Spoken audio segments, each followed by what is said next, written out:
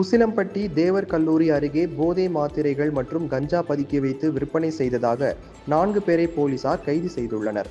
மதுரை மாவட்டம் உசிலம்பட்டி காவல் நிலைய போலீசார் ஆய்வாளர் நேற்று இரவு கண்காணிப்பு பணியில் ஈடுபட்டிருந்தனர். அப்போது பசும்பொன் முத்துராமலிங்க தேவர் கல்லூரி அருகே சந்தேகப்படும்படி நின்று கொண்டிருந்த 4 பேரிடம் சோதனை நடத்திய போது அவர்களிடம் 200 போதை மாத்திரைகளும் 200 கிராம் கஞ்சா பொட்டலங்களும் இருப்பது தெரியவந்தது.